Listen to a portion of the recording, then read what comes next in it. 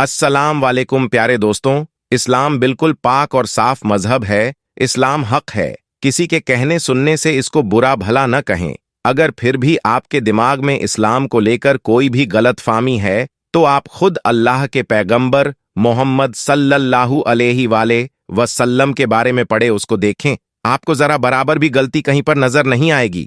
दोस्तों, आज हम आपको एक ऐसी हिंदू लड़की का वाक्य सुनाएंगे जो टोपी और दाढ़ी वालों से सख्त नफरत किया करती थी, लेकिन एक दिन वह एक मुसलमान के ऑटो में बैठ गई। उस मुसलमान दाढ़ी वाले ने उस लड़की के साथ क्या किया, आइए आपको बता देते हैं। लेकिन प्यारे दोस्तों, वीडियो में आगे बढ़ने से पहले आपसे एक छोटी सी गुजारिश है कि अगर आपने इस वीडियो को लाइक नहीं किया है तो जल्दी से लाइक करें। इसी तरह की इस्लामिक घटनाओं और वाक्य से रूबरू होते रहने के लिए आज ही सब्सक्राइब करें हमारे चैनल को और साथ ही बेल आइकॉन को प्रेस करें। प्यारे दोस्तों, एक बार लखनऊ की सड़क पर एक हिंदू लड़की खड़ी हुई थी। दरअसल वह किसी ऑटो वाले का इंतजार कर रही थी। उसको अपने घर जल्दी जाना था। अचानक से उसे एक ऑटो वाला आता हुआ दिखाई दिया। उसने उस ऑटो वाले को रुकने का इशारा करते हुए हाथ दिखाया और उसको रुकवा लिया। ऑटो वाले ने कहा, जी मैडम, कहाँ जाना है? लड़की ने देखा कि ऑटो वाला तो एक मुसलमान है। उसके सर पर टोपी भी है,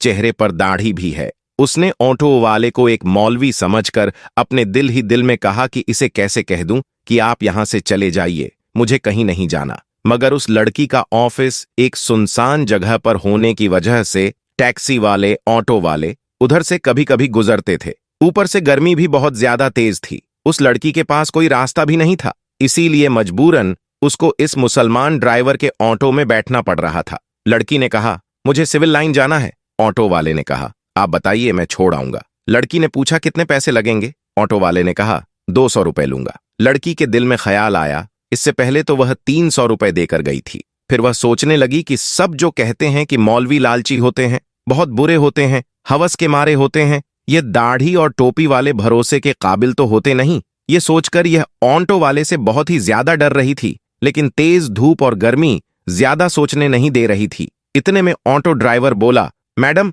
चलो बैठो, 180 दे देना। लड़की बोली, जी ठीक है, सामने मेरा सामान रखा हुआ है जो बहुत भारी है, अकेले मुझे उठाया नहीं जा रहा, हो सके तो आप थोड़ी सी मदद कर देना। ऑटो वाला बोला, कोई बात नहीं, आप बैठ जाइए, मैं सामान रख देता हूं। उसके बाद उस ऑटो ड्राइवर ने लड़की का सामान रख दिया और चल पड़ा। थोड़ी देर के बाद ऑटो ड्राइवर ने कहा, मैडम, दरअसल मैं एक बयान सुन रहा था, वह बीच में ही रह गया। अगर आपकी इजाजत हो तो क्या मैं सुन सकता हूं? अगर आपको बुरा ना लगे तो क्या मैं अपनी ऑडियो टेप चालू कर सकता हूं? इसके बाद लड़की ने कहा, मुझे कोई परेशानी नहीं है, आप सुन सकते हो। उसके बाद ऑटो ड्राइवर ने अपना म्यूजिक सिस्टम ऑन कर दिया। एक मौलवी साहब बयान फरमा रहे थे।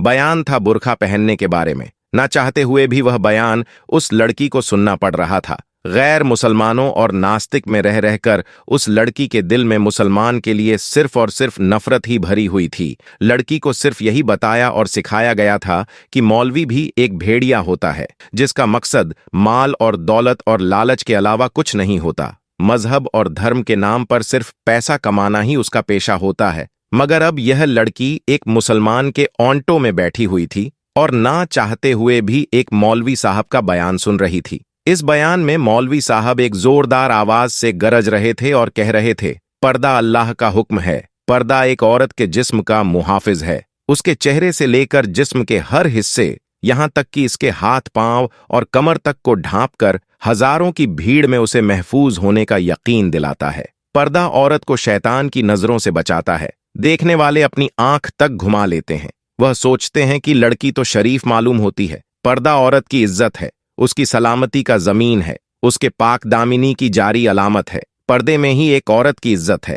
लेकिन बेपर्दा उस औरत की मिसाल भुने हुए गोश्त की तरह है जिस पर एक मक्खी आकर बैठ जाती है, उस पर बैठकर अपनी गंदगी निकालती है और हर एक उसको खाने की नजर से देखता है। हर नजर उसे खाने और नोचने के लिए दौड़ती है। ये सब कुछ सुनकर उस लड़की को ऐसा लगा ये अल्फाज उसके लिए ही बोले जा रहे हो, क्योंकि जब वह ऑफिस आती जाती है तो रास्ते में हर लुच्चे लफंगे की नजर इस पर पड़ती थी और वह उसको घूरा करते थे।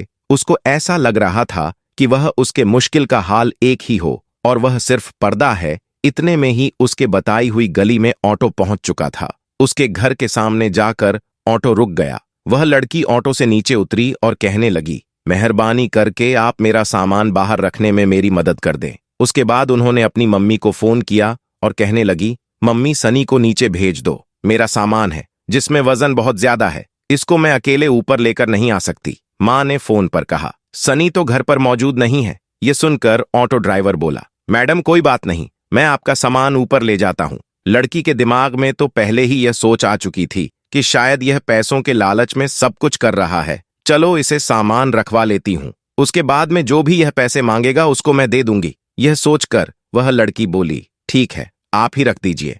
उसके बाद ऑटो वाले ने उस लड़की का सामान उठाया और फर्स्ट फ्लोर पर ले जाकर उसे लड़की के कहने पर फ्लैट के सामने उसका सामान रख दिया। उसके बाद में उस लड़की ने 300 रुपए निकाले और ऑटो वाले को देने लगी। ऑटो ड्राइवर ने कहा, 300 रुपए किस बात के हैं? यह सुनकर वह लड़की कहने लगी, दरअसल कुछ दिन पहले मैं यहां तक ऑटो में आई थी, उस ड्राइवर ने मुझसे 300 रुपए लिए थे और आपने तो मेरा सामान भी उठाया है। अगर इसके पैसे आपको अलग से चाहिए तो मैं आपको अलग से दे देती हूँ। यह सुनकर ड्राइवर ने कहा, मैडम आप अपने पैसे अपने पास ही रखें, जितने पैसों में बात हुई थी इससे ज्यादा मैं आपसे नहीं ले सकता। और रही बात आपका सामान को उठाने की, तो हमारा दीन हमें यह सिखाता है कि हमें दूसरे लोगों से हमदर्दी रखनी चाहिए, इसीलिए मैंने आपका सामान उठाकर आपकी मदद की, इसीलिए इसके पैसे मैं आपसे नहीं ले सकता। यह कहकर ड्राइवर जाने लगा तो लड़की के मुंह से निकल गया, क्या आप एक मौलवी हैं? ऑटो ड्राइवर मुस्कुराने लगा और कहने लगा, मुमकिन है मौलवी साहब के बारे में आपको गलत जानकारी दी गई है,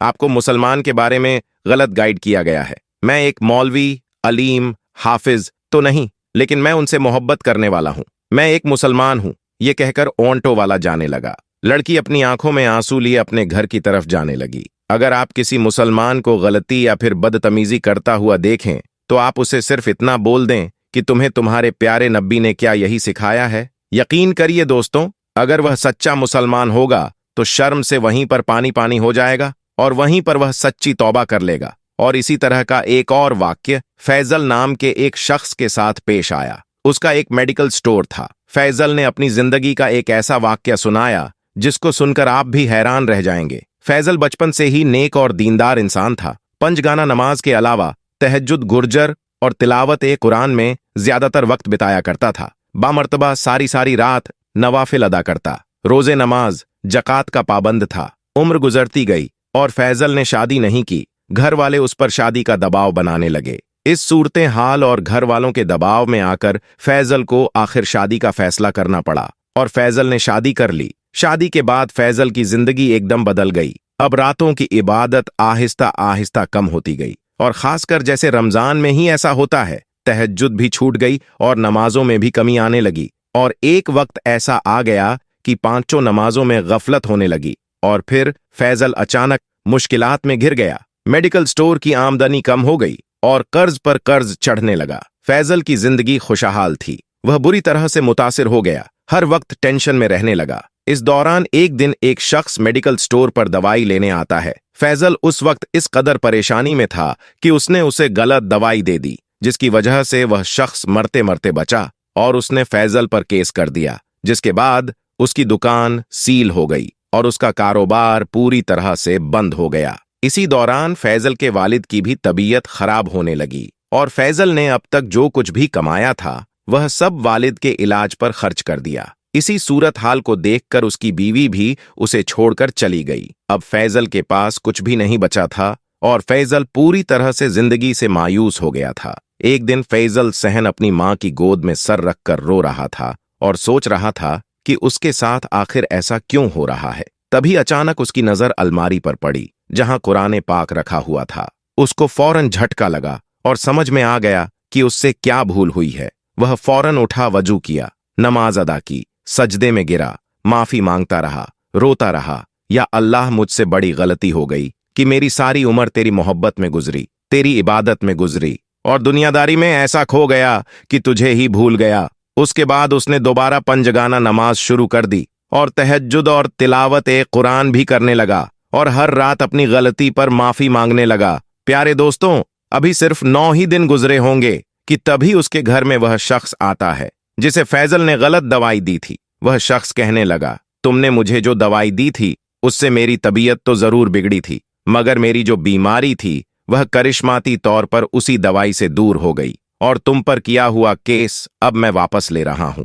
उसके बाद फैजल को उसकी दुकान वापस मिल गई, यानी फैजल ने अपना मेडिकल स्टोर वापस हासिल कर लिया और आमदनी पहले से ज्यादा बढ़ने लगी। उसने अपने वालिद का इलाज भी करवाया और उसकी बीवी भी वापस आ गई। जो कुछ होता है वह अल्लाह की मर्जी से होता है। अगर कुछ नहीं हो रहा है तो वो भी अल्लाह की मर्जी है, और अगर कुछ बुरा हो रहा है तो यह हमारे गुनाहों की वजह से हो रहा है। तो हर इंसान को चाहिए कि वह हर वक्त अपने गुनाहों की माफी मांगता रहे, हर वक्त इस्तग़फ़ार करता रहे और नमाज की पाबंदी करता रहे। जो शख्स नमाज नहीं पढ़ता तो ऐसे शख्स की जिंदगी में बहुत मसले, बहुत परेशानियां आ जाती हैं, और जो नमाजी होता है और नमाजी होने के साथ साथ उसका दिल नरम हो जाता है, वह तकवर से पाक होता है, वह हसद और जलन से पाक होता है, वह किसी के बारे में कुछ गलत ख्याल नहीं रखता, वह सिर्फ अल्लाह की जात पर भरोसा रखता है। वह एक ऐसी जिंदगी गुजारता है जैसे एक अल्लाह का वली जिंदगी गुजारता है।